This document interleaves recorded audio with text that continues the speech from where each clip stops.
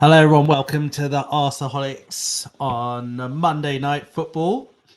Feels like we haven't played a Monday night game in ages, but we have just been battering teams every day of the week, it feels like. And to review the latest battering, you got me, Raj, just in case you didn't recognize my voice, because it's kind of nasal today because I've got a bit of a cold. I'm sorry, but you've got Mize and Aaron, and who probably just sound as lovely as they normally do. Hello, boys. Hello, mate. Hello. All right. Lovely you guys need to bring the energy because I'm like Panadoled up right now. We'll get into it, mate. We'll get into it. Yeah, there's nothing like a comprehensive win to ease away the congestion, as they say. Aaron, mate, you've been away. Your hair looks different. Have you gone for like a Singaporean trim or something? This is the jet lag and the headphones that are messing up my hair. We're going for a new look. I haven't got a Singaporean trim, no. I don't know what that is, but it doesn't sound fun. The humidity in Singapore that usually does like stuff. I mean, I don't have enough hair to know, but I think people. It does. I pretty much wore a hat mostly whilst I was there, but no, I think my body clock still hasn't recovered. I think I'm still very much jet lagged, so we're all a bit not at our best. Well, mine's fine, probably.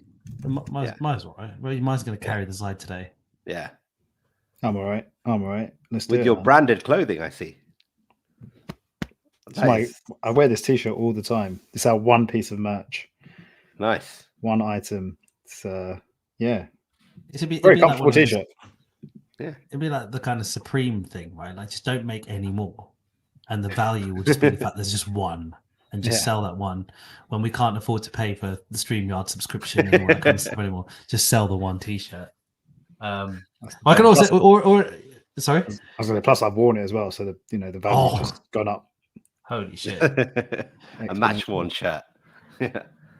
There's been a pretty fun time for the Arseholics, not just because Arsenal just keep winning games, but we didn't record after the Newcastle game, and but we had a really fun time for the Newcastle game because we were invited by Arsenal to be on the breakdown show, which was incredibly cool. Sorry, whilst I blow my nose, do you guys want to talk about how cool that was? Yeah, no, that was very cool. So for those of you who haven't been following us on social media, please do. But we had a very, very cool experience, and thank you to everyone at Arsenal involved in getting us on the show. So we were invited just before the Newcastle game to join some other guests and some guys from the club to jump on the Breakdown live show, which, for those of you who don't know, is the official club pre-match stream, both before the game, at halftime and full time. And it was really cool. We got to sit in the club box, which was super nice. Go on the show, share our views. And yeah, I mean, we're not going to talk much about the Newcastle win today, but it was a good day. It's a great win then. And huge thanks to everyone from the club for having us on. It was a good day, Miles, right? Yeah. It was a very different experience because obviously we're used to sitting behind the goal in the lower tier, standing the whole game. So in terms of just atmosphere and trying something different, it was pretty cool. And yeah, like you say, it was nice that kind of through doing the podcast, we were, I guess, recognized. And someone from the club reached out and they were keen to have us on because of our tactical, analytical, just brilliance, really. So it was nice. It was good. But I think I still prefer overall just like where we normally sit, to be honest, and just prefer the North Bank. So yeah. The box is nice, but it is a very, very different way of watching football. It would just again, if anyone from Arsenal's listening, that doesn't mean don't invite us again. Like, I feel like you two have really screwed this up for us, but yeah. I mean, it was completely different though, as you say. But Miles, that wasn't the only time you kind of got involved with the breakdown, because you were on a virtual Q&A a number of days later, weren't you? Yeah, I think we impressed so much on the breakdown that I say we got invited back, but I was the only one that could actually make it. to like a virtual Q&A, which had a number of fans from across the world, actually. Literally every part of the world, and quite a few different supporters groups were on there. It was pretty cool. It was a cool little event. It was hosted by Nicole Holiday and what's the name of the guy that hosts the breakdown? Adrian Clark. That's it. Thank you, Adrian Clark. So it's hosted by them, and I actually got the chance to sort of talk a little bit, which was nice. They actually unexpectedly called on me to just talk about kind of how we're doing at the moment, a little bit about the Newcastle game. Ended up talking about Jorginho quite a bit and kind of what he's doing for us at the moment. And then 3 players came on. I think they must have just finished training, and that was Smith Rowe, Jorginho, and Fabio Vieira. So that was pretty cool. I didn't get a chance to ask them a question, but I think I was saying to you guys as well, like, it's quite funny because it just felt like Smith Rowe didn't want to be there. And I don't think that was the case, but I think that's just how he is. Like, I think he's just quite maybe shy and reserved. But like, they were asking certain questions and he was giving one-word answers. So that was quite funny. But Jorginho is a good laugh, actually. It was him and the other two, like between all 3 of them, but he had a bit of banter and he was making a few jokes. So yeah, it was a cool little experience. Never done anything like that before, so it was nice. Jorginho fascinates me in that way, right? Because he does come across in interviews and everything like he's just so jovial, like a really good laugh, like almost like a joker in the pack. And then you compare that to how he plays, where it's just so intelligent, measured, calculated. Like, there's nothing flippant with how he plays, right? There's nothing like just kind of childish in any way. It's just like a really incredible dichotomy. He's probably loving his run in the team as well at the moment, isn't he? Yeah, he's doing well. You can tell that he just reminds me of Mikel Arteta when he was playing, and he kind of has that. I mean, he very much plays a very similar type of game to him. The kind of mature playmaker, deep lying, experienced head on the pitch, that in the same way that Arteta did. And he does seem, when you speak to him, see him in interviews, see him off the pitch, he does seem to be quite tactically aware. I think he's doing his coaching badges as well, right? So he's definitely a manager in the making, Jorginho. Never say never. Maybe he goes on the same path that Arteta does and manages Arsenal one day. But the last couple of months has just shown like the value of having an experienced player who can still just contribute in a meaningful way. Maybe not every game. Like he's not going to be Declan Rice in terms of playing week in, week out and dropping 9 out of 10 and 10 out of 10 every week. But these last couple of games, like the biggest compliment I can pay him is basically that Thomas Partey has been out for 5-6 months. Now, it feels like 5-6 months. Probably been less than that, but we honestly haven't really missed him. And a lot of that is, obviously because of Declan Rice, but a huge part of that is because of Jorginho as well. And the way he's come in and just stepped up and contributing at a really solid level. Been very, very impressed by Jorginho. Amazing, isn't it? How sometimes, I think we touched upon this a couple of episodes ago, maybe even just the last episode that we recorded, where when you have injuries like this, it can just happen in such a way where you just stumble across something that works and you're forced to basically stick with that formula. You can't really experiment that much. But through doing that formula just gets refined so much. And I wonder whether we are just experiencing maybe the fortunate upside of having combinations to just become so familiar because, today it's somewhat hard to judge because it's Sheffield United and Sheffield United are so bad. But if you look at even the Newcastle game and this game, I think what just I found, but watching was just how almost telepathic our players are at the moment. It's telepathic at pace.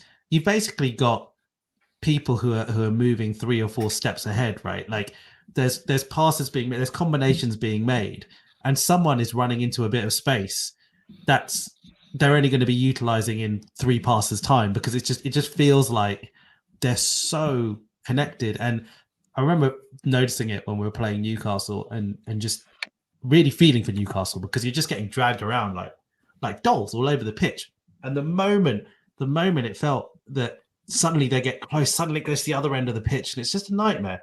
I mean, Miles, do you think on that basis, today we had a lot of fortune being able to bring on so many players for their first kind of game back in a while after injury. But do you think Arteta is probably looking at that also going, God, I'm not sure any of these guys get in the team? No, I don't think so. No, I know that was a bit of a tongue-in-cheek question. Not really, to be honest. I think we've seen last few games, especially kind of what the benches look like. We've had to bring quite a few of the kids, even though they've not played any minutes. They've obviously had to just fill out the squad. We've seen a lot during Arteta's kind of reign, really, where he's just doesn't really trust certain players in certain moments and certain situations. And you think about players like Eddie and Reece Nelson, they don't really get a look in. Kind of El Neni's there just as like a bit of a cheerleader more than anything else, and again a body in the squad. So I think these players coming back, I mean, it's a huge. I tweeted this a couple of days ago, and I've been thinking about it quite a bit, because you just think about the quality of some of these guys coming back now, and it's a massive if they can stay fit. And I know that is the big question with players like Jesus and Partey, and I guess Timber's a bit of a different one, because we just don't know how he's going to be after this massive layoff.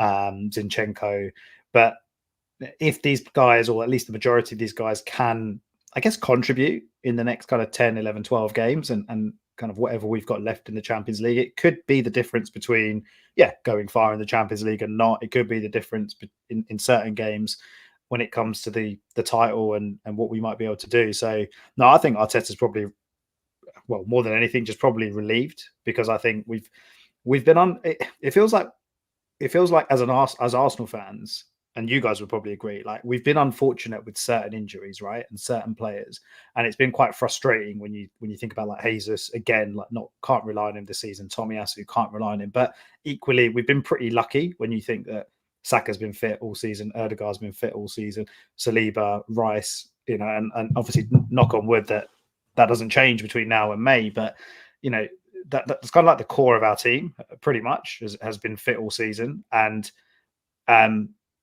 so I think it just helped. Hopefully Arteta, I'm sure Arteta's looking at it as squad's a bit more bolstered, gives us a few more options. Doesn't necessarily mean we need to change anything drastically, but if you can, like, you're talking about Jorginho as well, and I think we said this about in the Newcastle game, like, you see what him being in the team just allows Declan Rice to go and do, and you saw it especially in the first half today. Like, he's basically playing that left 8 role so well. And obviously wasn't doing that earlier in the season as much, because there was always a player ahead of him. He was like the deepest lying midfielder. But now with Partey coming back as well, if you've got the option of Partey or Jorginho, and it allows Rice to play that position, you saw some of the combinations he's making with Kiwior and Martinelli, and he's making the runs in behind. He's the guy that's getting to the byline and pulling it back, basically doing a lot of what Xhaka was doing last season, and he's now getting goals as well. It's just really, really exciting to see. So I know there's not like a direct answer to your question, but I think overall, like, no manager's going to be unhappy with options and top class quality options. I think it's just a question of, can they stay fit and help us in the back end of the season. Just to go back to your point though, Miles, I mean, do you think any of those guys that came on today get in our starting 11, like, if they're fully fit? Yeah. Right. I know, like, there'll be different players, but I don't know if they do. I genuinely don't know if Jesus gets back in as centre forward, because I think Havertz has been brilliant as a centre forward, and the only thing is more what I've learned is, like, I don't think Havertz is number 8. I just do not think that guy is used well at number 8, and you play him as a centre forward, and he's just a completely different player.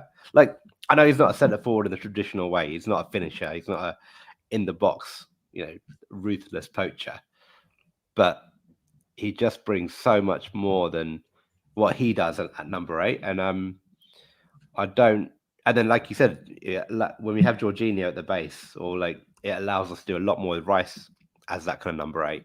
So then there will be a time where we 100% need Jesus, and we need him fit, and we need him scoring goals. But I really don't know how he gets back in currently. He's going to have to do a lot more, and he's going to have to really get back to his best to force his way in. I agree. I think the way that I think the way that Havertz is playing at the moment, like, it does feel like he's finally found his feet. And I think, we've been watching him all season, and there's been kind of moments, and there's been a lot of kind of analysis around his performances, off the ball things, and kind of movement, creating space for players. But I guess when it comes down to it, as an attacking player, you want to see output, right? And he's now providing that in terms of goals and assists. And I think it's just confidence with him as well now. Like, his finish today was a very confident finish. He didn't snatch at the chance. He didn't slice it. He hit it pure right into the bottom corner.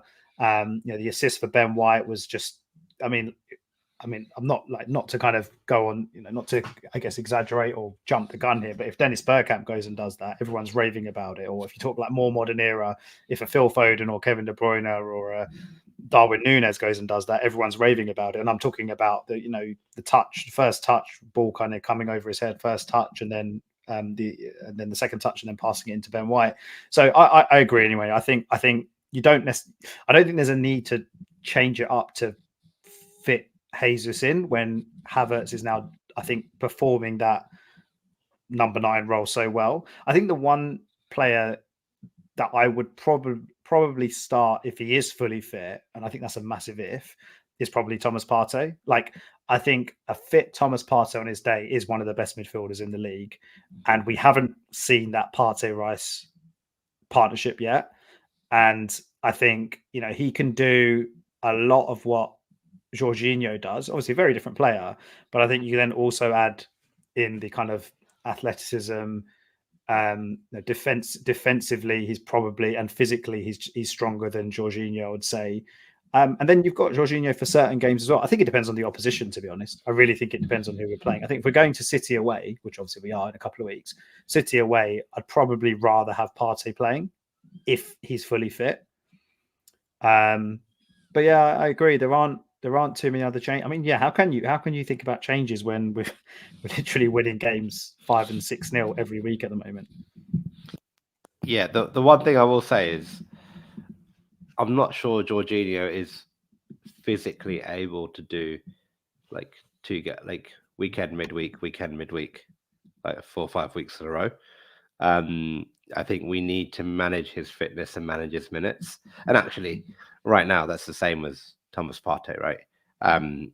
He's certainly not going to be able to do that. And look, I don't think either of those guys are the future of Arsenal. And certainly, I'll be very surprised if both of them are here next season.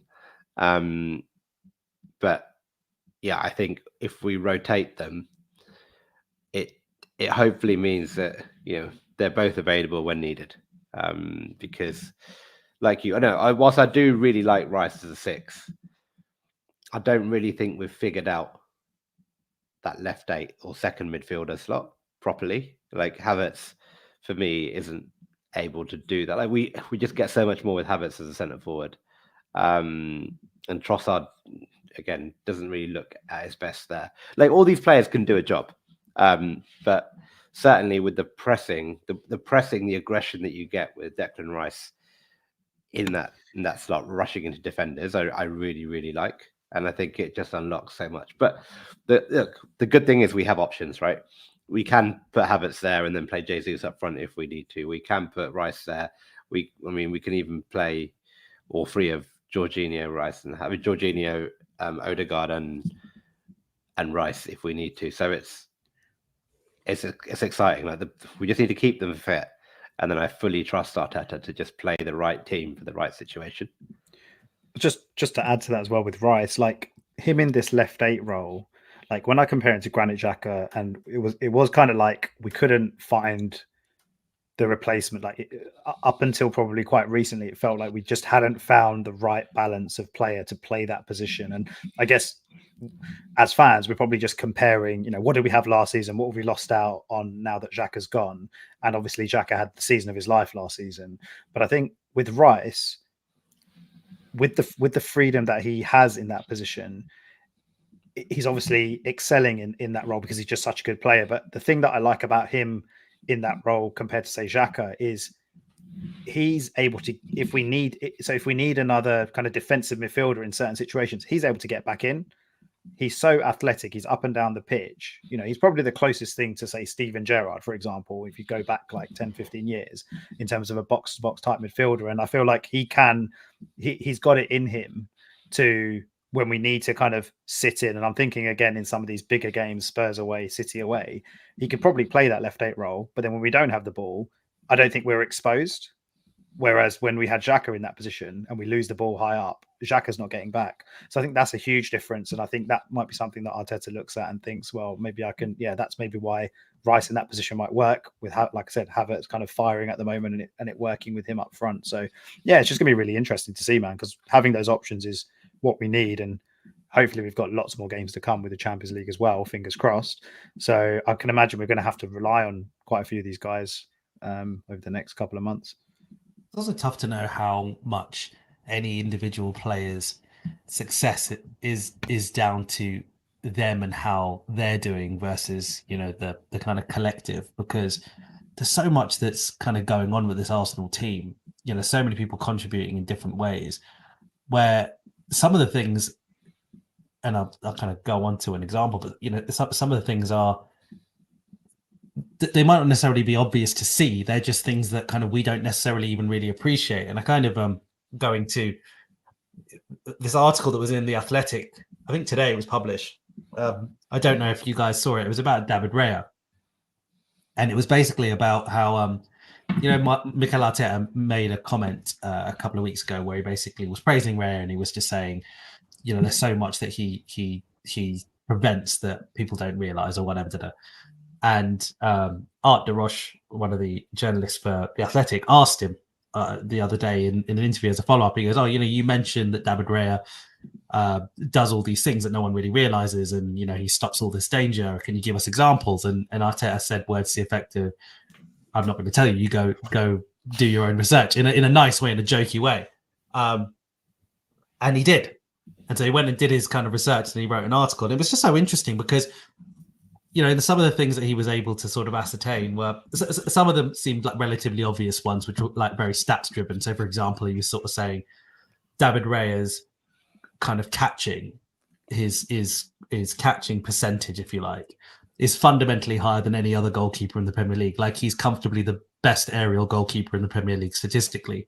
And that has to add something that that gives you a certain amount of quality. So things like that were just somewhat obvious, but other ones which were quite interesting, which is probably more about what Arteta was talking about, was it was looking at David Raya's starting positions, in different phases of play, and was basically saying that if you look at some of the goals that have been conceded, which people have pointed to Raya and said, your positioning's been suspect. Like, for example, the Chelsea goal against Mudryk. And even more recently, the goal that we conceded against Porto, where people were sort of saying, could he have been positioned better and whatever. The analysis that they were showing is essentially what we probably don't realize are the amount of goals or dangerous opportunities completely prevented by those positions that he takes up. So, but the stats will never show, you'll never really know that. Do you know what I mean? You'll never really be able to almost prove that, unless you really, really kind of deep dive with the analysis. But those sorts of things, I wonder how much that goes on when you even look at all our other players and little things that they do, little positions they take up, little habits that they do, that are bringing like the ability for other players in other areas of the pitch to just do so much. Like even with Declan Rice, all his natural ability he's able to bring out in all these different glorious ways. He's just so given, like you said, Miles, I think Steven Gerrard's a really good example. But he's almost able to have that kind of freedom because everyone else, they're all doing their bits, right? They're all making sure that they're kind of following the MO. So I find that quite like challenging to analyze Arsenal, but also just really awesome because it's just just this kind of incredibly well-oiled oiled machine, you know. Yeah, I agree. I think one of the great examples of that is Odegaard with his running and his just constant pressing.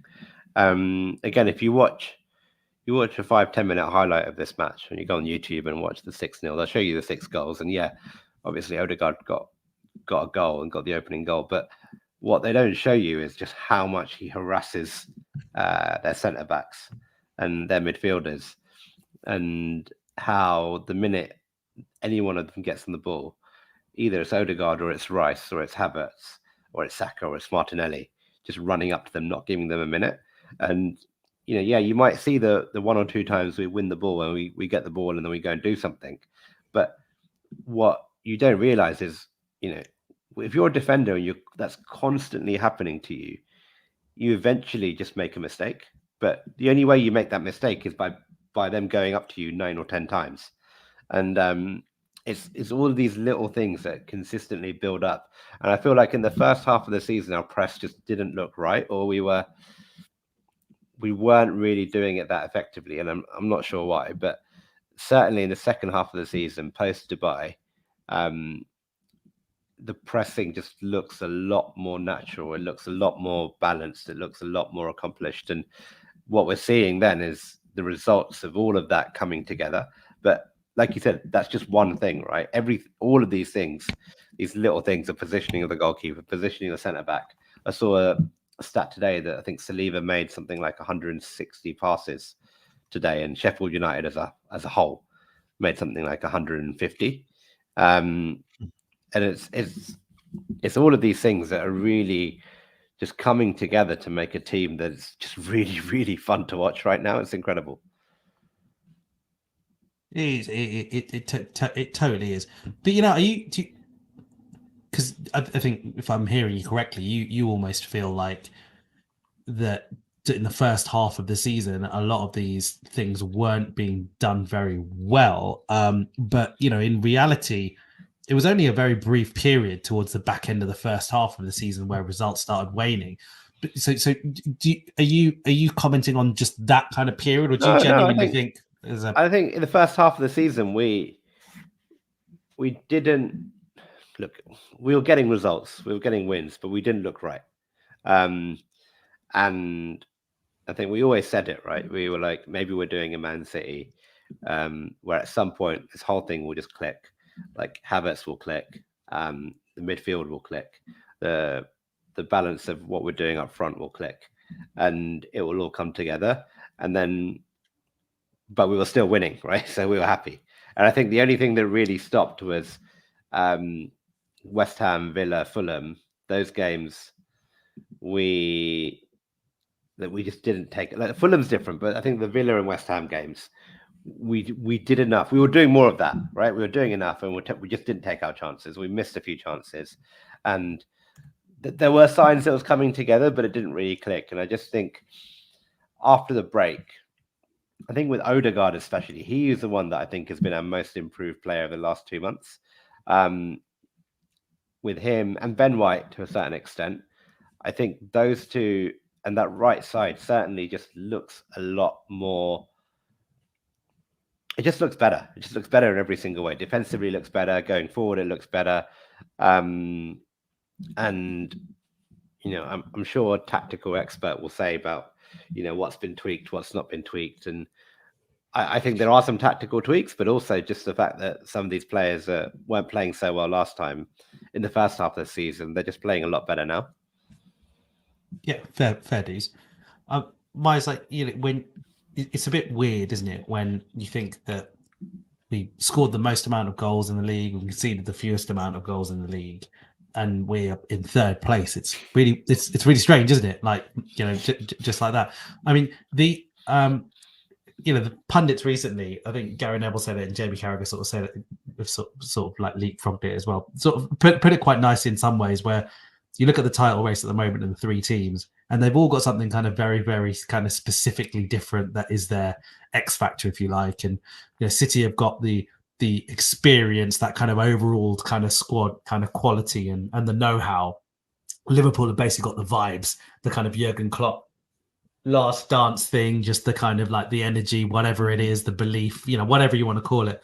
And Arsenal genuinely probably are playing the best out of, everyone. We're probably, right now, the best side in terms of performance levels. So these three different like X factors, if you like, so closely, together in the table. And after this weekend of sort of, I suppose, seeing exactly those things, all those three things come about, if you know what I mean. City using their experience and kind of like just like overall nous and power, Liverpool using their kind of like vibes and just spirit, and Arsenal kind of just doing what they did against last night.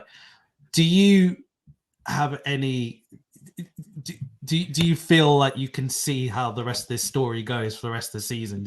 Is it? Can you call it either way, or do you think this is going to be a title race that goes to the wire? Oh, what a question. I mean, I feel like if I'm going through the teams individually, right, I would say with City, it's very hard to look at them and see much in terms of weaknesses. I think they've had their kind of injury. It's not a crisis, but they had their injuries. De Bruyne was out, Haaland was out. They're both back now. Foden's firing. Rodri's fit. Like, I think all their key players pretty much are available, and they're doing what City do pretty much. So I think with them, I expect them to be very, very consistent between now and the end of the season. I was just having a look at their results, and they haven't lost a game in any competition since Villa on the 6th of December. So, it's going to be very, very interesting to see if they drop any points at all. And I think if they probably, if they keep up this form, for me, they're still the favourites. I think with Liverpool's probably the most interesting one because, like you say, Raj, there's this kind of whole narrative now with what's happening with Klopp. But what's also interesting is they've already got a trophy in the bag, and I think if you're Jurgen Klopp and you go and win, let's say they go and win the FA Cup and the Europa League, and they do a treble of sorts, like a cup treble, that's still pretty amazing. And I think considering the injuries that they do have at the moment, if they did not so much fall away, but if they ended up not winning the league because, say, City go and win it, I think if they win a couple of other trophies, a couple of cup competitions, which I can see them doing, I would say that's a pretty good send-off and still a pretty successful season. I think they do genuinely have, and they have had some pretty, not so much bad injuries, but they've coped pretty well without some key players. You think that Trent's been out and Salah's been out quite a bit. That's quite a lot. That's quite a lot considering how key both of those players are for them. So, and I think with us, the way it's going at the moment, it doesn't, like, you struggle to see, like, you look at our games and we've got some tough away games, but the only game that on paper actually looks like we might drop points in is City away. Like, even Spurs away, United away, I'm not fearful of those games. I'm genuinely not fearful, but obviously it's not going to work like that, right? So I think the thing I'm seeing from this team this season compared to last season is there is 100% a level of maturity and a level of, like, it feels like they've learned a lot from last season, because even today, like, we scored very early on, we scored again, and you could see it every time we scored. There was no overreaction to us scoring a goal. Even when we got the fifth, there was no overreaction to it. It was okay. We celebrate as a team, get back into our half, and we go again. And then we won the ball back, and we were basically on them with the intent of getting a sixth, getting a seventh. Like, there was no let up, there was no slip, there was no drop in level, basically, or in levels. And I think, I'm not saying that necessarily happened last season, but there were obviously moments last season where we maybe just took our eye off the ball a little bit. 2-0 up at Anfield, 2-1 up at West Ham when Saka misses the penalty. There were certain moments, Southampton at home conceding really early on, those sorts of moments in the season that obviously cost us, right? And I feel like Arteta's just absolutely determined that doesn't happen this season. And if we don't win the league, it won't be because of that. It will probably be because either Liverpool or City are just better than us, and that can happen. Like we're seeing now, like you just said, like, we're third in the league despite having the best goal difference and how good we've been. We're still only third. So I mean, look, mate, I have no one knows. Obviously, none of us know what's going to happen. If I were to put money on it, I would say it goes. I think Arsenal will. I think will be there, because I think unless there's like a couple of really bad injuries, I can't see our performance levels dropping. Like I said, when I say performance levels, I guess I feel like we're so dominant in matches now. I think for the majority of the games we've got left, I expect us to go and dominate those games. And I think that probably means that we get the 3 points, but equally every single game things can happen, a dodgy decision, a red card, whatever. And so you just don't know. But I think, if I was to put money on it, I'd say it goes maybe not to the final game, but it goes pretty far in, let's say last couple of games of the season. I'd still probably say City win it. Just because of everything I said before, and it's City at the end of the day, and they've been there and done it. But I don't think it would be any kind of I was going to say disappointment. Obviously, it would be disappointing, but I don't think it's a failure if Arsenal don't win the league. Even if we finish third this season, mate, we could finish third on 90 something points, and we're probably on track. I don't know what we're on track for, but we're probably on track for something like 90 odd points, right? And so, yeah. Just I can't see, like, we obviously Liverpool got City next week, and then we've got them in a couple of weeks, and it feels like, and I think maybe one of the Sky Sports pundits said this as well, like Liverpool need to beat City, Arsenal need to beat City to really stand a chance, and that isn't mathematically true, obviously, but it kind of does feel like that, because you can just see City really being dominant and steamrolling teams in the other games that they've got. Yeah, from a mental perspective, you're right. Like those big kind of punches, those knockout blows, if you like, not knockout, let's say knockdown blows, going to the head and trying to get and winning, could be huge. And Charles in the comment, sadly thinking that the story is written in Liverpool's way this season. Aaron, and kind of just building on what Miser said, do you think there's something to be said for Arsenal benefiting the longer that this stays a 3-horse race versus, if say, hypothetically Liverpool, let's just say, were to suddenly lose a couple of games and all of a sudden it becomes a 2-horse race very, very quickly. Do you think there's something to be said for, the focus not being on us? Or do you think that we might, from last season, just use the experience of last season to really kind of, if we get into a 2-horse race, really be the ones that push on? Yeah, I definitely think having 2 other teams, especially when it's like the established big 2 of this Premier League era, having them in front of us just helps us a bit. I just generally think us not being top is actually helping us right now, where the attention is very much on Liverpool, on City, and we're just hanging on in there.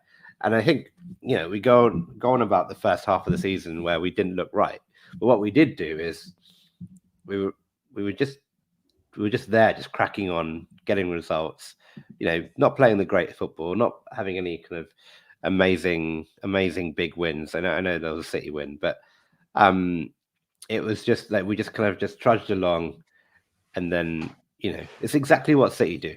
Like City just do this, where the first half of the season, you're like, oh, they don't look right, they don't look good, they look a bit leaky at the back, they're not scoring goals up front.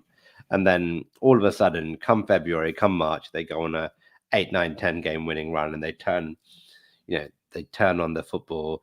They start playing really good games, and they also now match it by doing it in Europe at the same time. So yeah, I think chasing suits us better. I do think we've learned from last season, and even as a fan base, where we're like, last season was wild, right? We were expecting to finish being a battle for 4th, and then come February, come March, we found ourselves top of the league, and everyone was like, well, what the hell is this? Like, what do we do? And I think collectively as a fan base and as players, everyone kind of panicked a bit. There was a Saliba injury, we brought on Rob Holding, and it just all went a bit wrong very quickly, and we didn't really know how to react, because no one expected us to be in this situation. This season, I think it does feel a bit more mature. Like, everything just feels a bit more grown up, and we still look like a young team, but we look like a young team with just a bit more experience. We've got the likes of Declan Rice, the likes of Kai Havertz, who have been there, got on their teams over the line in various situations. So let's see. Look, whatever happens with the league, if we can continue to play like this and just challenge, two of the best teams in the last decade, obviously I'll be disappointed that we didn't do anything. But if this carries on when we finish there, that's not failure, like Mike said, right? That is, we would have lost to two teams. If we finish third or finish second, whoever finishes above us, if we carry on playing like this, would have done an incredible job. And you just have to respect that. It'll still be annoying because we'll look back and be like, oh, what if we had beaten Fulham? What if we had beaten West Ham? But the standards, the level we're playing at, we're the best defense in the league, the best attack in the league. And if we still finish third, playing like this, doing like this, then I don't know what you can do. I don't know what you can be angry at, right? So let's see. But I'm optimistic, like you said, let's see what happens after the Etihad, because then we would have seen what would have happened in Man City playing Liverpool, and then we would have seen what we would have done there. And I think the picture will look a lot more clearer in terms of what we have to do. Yeah, agreed. So, I mean, a few comments coming in. I'd say many all from Charles. Charles talking about the combination of kind of Declan Rice and Jorginho benefiting Declan Rice. Yeah, absolutely, Charles. We were talking about that earlier in the episode. It's definitely something that we're seeing. Just kind of looking at a couple of games coming up, right? The next two games that are coming up. We have got Brentford this coming weekend. It's interesting the way the fixtures have worked out, because although we were the last team in we were the last fixture of the Premier League weekend, I think we're the first fixture of the Premier League weekend next weekend, unless there's a game on Friday. Actually, no, it's not that we're the first. I think we're the first of Arsenal, City, and Liverpool that are playing in the coming weekend, which is interesting, and I think hopefully I quite like that. I kind of prefer being kind of the one that plays first.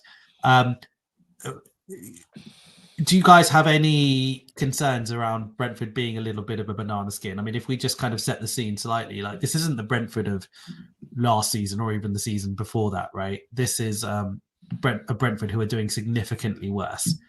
They are just struggling to figure it all out. They didn't have Tony for a huge part of this season and had to navigate that, but kind of navigated that okay. And it's almost like since he's come back that they've got a little bit worse. I'm not saying that that's because of Tony, but I think, whatever, generally for a number of reasons, they're not doing so good. And it's not a great time if you're a team that's not doing so good to come and play Arsenal, right? Arsenal in this current mood. Do you see, though, that this is a potential banana skin in any way? I mean, it was a draw last season. It was kind of the game which PG Mole apologized for afterwards, because their Brentford's goal should not have stood, but still, it was still a draw nonetheless. Any chance you see of Arsenal dropping points on Saturday?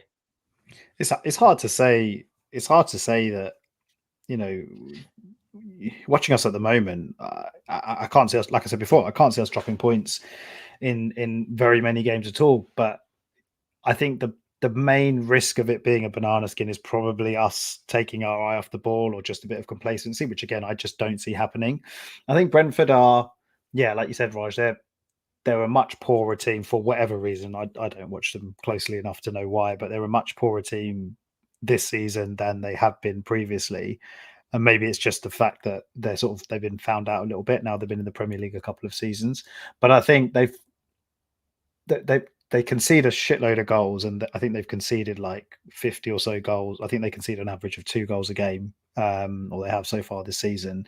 So obviously they can be got at, but I think equally, they've obviously got dangerous players. I feel like in terms, we know that he likes Arsenal. We know that he's sort of tried to I say hint that he would love to come and play for us. I don't necessarily think that moves kind of on the cards anymore, but I'm sure he'd love to prove a point. And I feel like along with him, players like Wissa, they've got a few dangerous players. So I think there's a risk there that they could cause us problems. But I think equally, if we come out the blocks like we have been for the last few weeks, and I think if we, just take charge of the game, especially being at home, I can't see any other result than an Arsenal win. But I think it's just on us. The onus is on us to just keep doing what we're doing, and just 100% concentration on what the job is, and the job is just 3 points. Like, I think we've seen everything now from Arsenal this season. We've seen kind of like a bit of a low period in December. We've seen periods where we haven't scored goals. We've now become extremely clinical and free flowing, and everything's clicking. We've seen our defensive stability. I think it's now you're in the period of the season where all of that comes together, and you just have to do it week in, week out. And especially in your home games, right? In the home games, it's like you go and win those games, obviously, and there might be the odd away game where it's just not going to plan. We come out, you come out with a tough away game, like Spurs away, for example. You come out with a draw and you take the point and you run. But these are the games that if you want to win the league, like there's nothing else. Nothing else. You can't come out of Saturday without anything else other than 3 points, especially knowing that one of City and Liverpool are going to drop points on Sunday. That's huge. We could be top of the league on Saturday night, Sunday morning, and potentially I think we could still be top of the league Sunday night as well if City and Liverpool draw. Do we stay top of the league? I think we do, right? Yeah, we do, because our goal difference is now better. Yeah. So, I expect that's pretty compelling, isn't it? Yeah, I expect a strong. I expect to win, and I expect a very strong performance. I don't think it's going to be a 4-5-6-0. Can't keep expecting those. So I think it might be a little bit tighter. I think the main worry for me is like Tony, because he is this kind of player. Like, I feel like I'm not saying that our defense can't deal with him, but I feel like he is a very he's just a very dangerous attacker, and I think he's got attributes that I really like. And I think if Brentford do get like set pieces, even kind of last man, he does feel like the kind of player that, he's a bit of a. I was going to compare him to Haaland. Obviously, he's not Haaland, but kind of one-on-one. If he's playing on the last man and he gets him behind, I expect him to finish. So I just hope that those situations don't come up. And like I said, if we're dominant from the first minute and we get a couple of early goals, then I think it's just managing the game and we go and win. Yeah, I fully agree. I mean, Aaron, do you have anything to add to that, or can you see it in a very similar light? I think. Look, you can't not be confident after seeing what we've been doing in the league. And if it wasn't for that, that moment of madness at the end with Porto and that, I can't remember his name now, but the guy who scored that screamer, it's just very, very good, right? And I think I'm not really worried about complacency. I just wonder if the Champions League, the second leg, will be on the players' minds a bit. If it gets to if it's 0-0 after 60 minutes, 70 minutes, which for now is like recently just seems unthinkable. Like, I can't imagine watching an Arsenal game and it being 0-0 after 65 minutes. I'm just going to be like, well, what is this? Like, what is wrong with us? But you hope that our players remember how to deal with that situation, right? Yeah. And it's true, right? Because we've been so comfortable in these last few games that I don't know if that was a factor against Porto, but it's just when the level goes up, and it will do against City and it will do against Porto, who I think won 5-0 at the weekend against Benfica, by the way. You do need to be ready, right? Because not everyone will defend like Sheffield United have done. And we've played some absolutely rubbish defenses in the last couple of games. Like Newcastle were awful. Burnley were pretty bad. West Ham, decent defensively, and we made them look bad, but they were also just not great on their day. And we do need to probably get back to because after the international break, things are going to get a bit more intense. And maybe this Brentford game is a nice step up because, their defense isn't great, but they're better than Sheffield United, put it that way. And I think even dealing with Tony, we just need to remember how to deal with attacks that will actually give us a game, because our XG for the last defensive XG for the last 5-6 games is something like 0.3, 0.4, and that's averaging over 6 games. And I saw a stat that both Liverpool and City, their expected goals conceded, I think, is closer to 1. and Liverpool's like 1.2 or 1.18, and City's was just under 1. But is that per game? it's over the last like 6-7 games. The average, the average, the average. I think because ours is averaging something at 0.3, which is ridiculously low. So yeah, we are defending really, really well. We're just stopping the chances, but also we've been quite fortunate to come up against some quite blunt, toothless attacks, and I don't think Brentford will be that. So let's see. The good thing is, when we win, we're winning so comprehensively, it just allows us to rotate a bit more. Like these last 2 games, I think against Newcastle, Saka came off pretty early, like 70, 75 minutes. Today, I'm assuming he wasn't injured. He just came off as a rotational issue at halftime. So it just means that we can keep our players that extra little bit fresh and ready to go. And hopefully that means that when the time comes, when we do need to go the 90 minutes and win the game, everyone has that little bit extra in the tank. Agreed. And you know what? One of the things I was going to say that I think will work in our favour. It's 5:30 on a Saturday. Everyone's going to be a bit jolly in the stadium, and that really worked to our benefit. The 8 p.m. against Newcastle, right? That the alcohol running through the veins of the North Bank and co. I mean, it was brilliant. So, with this being said, like, I hope this stat isn't true. What Russ has just put in the comments, he's saying, "I think we've only won 1 out of our last 6 5:30 kickoffs." If that is true, that's suddenly a concern for me. So thank you for putting that in my head, Russ. Because I was thinking the 5:30 thing was going to be a really good thing. So, God, I hope that's not true. But if it is, like, it's probably if it is true, and Russ, we trust you on this one, then I mean, Arsenal in their current form is probably the best way to dispel that trend, isn't it? Just wrapping up on the comments, I guess another comment was from Charles around any update on Martinelli. I mean, just for those who didn't catch the game, Martinelli did go off injured, and it was quite hard to tell how injured he actually was because he kind of went down relatively innocuously, and he didn't look like he was in that much pain. He would basically just look like he was complaining to the referee that he was kept pointing to his boot, and it looked to me like what he was doing was trying to show the referee, look, my boot's torn, I got stuck, I got stepped on. That thing where you kind of try and prove that you were fouled to the referee. And that's all it sort of looked like to me. He didn't look like he was in that much pain. And then obviously the physios came on and then ended up having to help him off the pitch. I mean, he literally was hopping. He couldn't put any weight on that foot at all. But again, visually his face didn't look like he was distressed. And usually, if a player thinks it's serious at this point in the season, they look really, really upset about it. And he didn't really look that upset. So, I mean, I haven't been checking social media during this episode. Just checking. So Arteta's actually come out and said he got a cut. Okay, so that makes sense. He's got his cut is like he said, apparently it's quite positive, which I guess is a cut. He probably couldn't carry on, but it sounds like there's no muscular damage, and also just seeing that apparently Saka was sick at halftime. So he came. Oh, really? Yeah. Maybe he just felt really, really like ashamed of just how we just violated them. Do you know what I mean? He's a really nice guy. He probably just thought, "Oh, this is really sad." And it's like worst timing for him to be sick because he's my fantasy football captain. So I mean, look, he delivered. Yeah, a bit annoying because there was more goals in that second half for him, but definitely was. Yeah, there was indeed.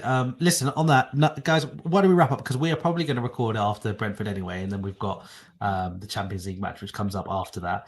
And I mean, like that's going to be incredible atmosphere that day. You'd imagine, right? Like, particularly if we beat Brentford and carry on this run. I mean, I think every Arsenal fan in the stadium will be going there with full confidence that we can kind of get behind the team and put in a big performance because, we absolutely have to win.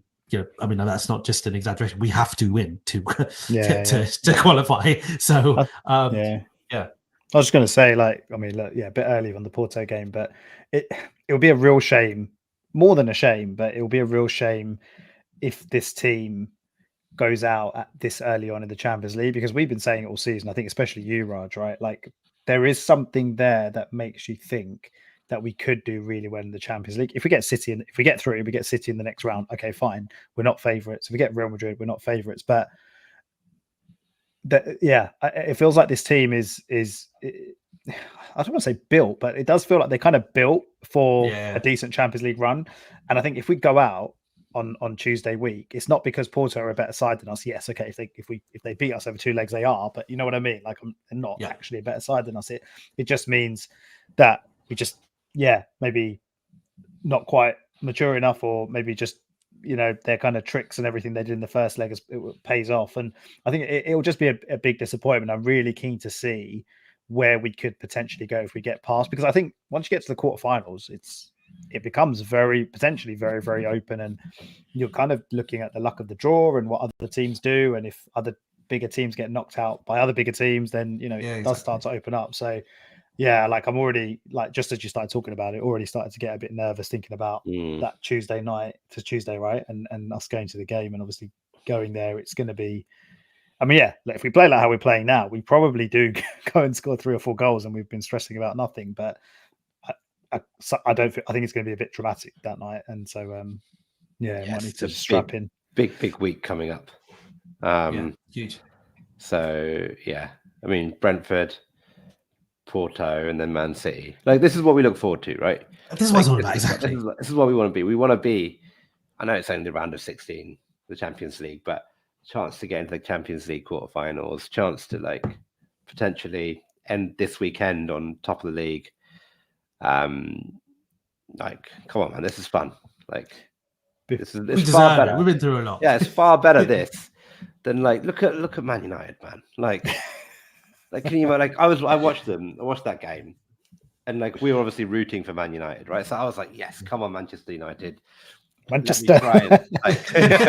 Yes, you really went for the full name. Yeah. Really, I'll show them that respect. Exactly.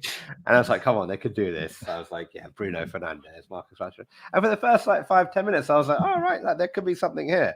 But my God, after that, that scoreline was kind to them. It could have been 5 or 6-1.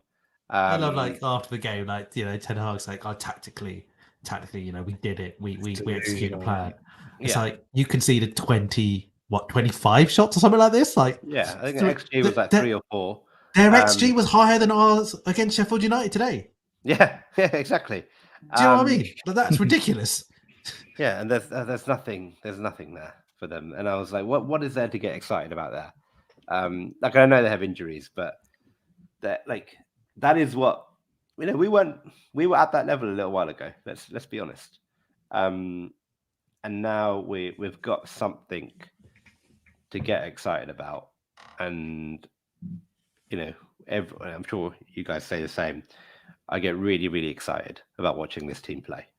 And regardless of whatever happens this season, like where we end up, it's fun, and that's all that matters. And that's just a lovely way to end it. So, lads, thank you for joining me on the podcast, and really appreciate everyone's participation in the comments. And thank you for everyone who tuned in live. You can see the live viewer count at the top was, like, pretty healthy today. So, look, thank you everyone again, and we will see you after Brentford. Cool. All right. See you later, guys. Nice one, boys. Yeah. Bye-bye. See you later.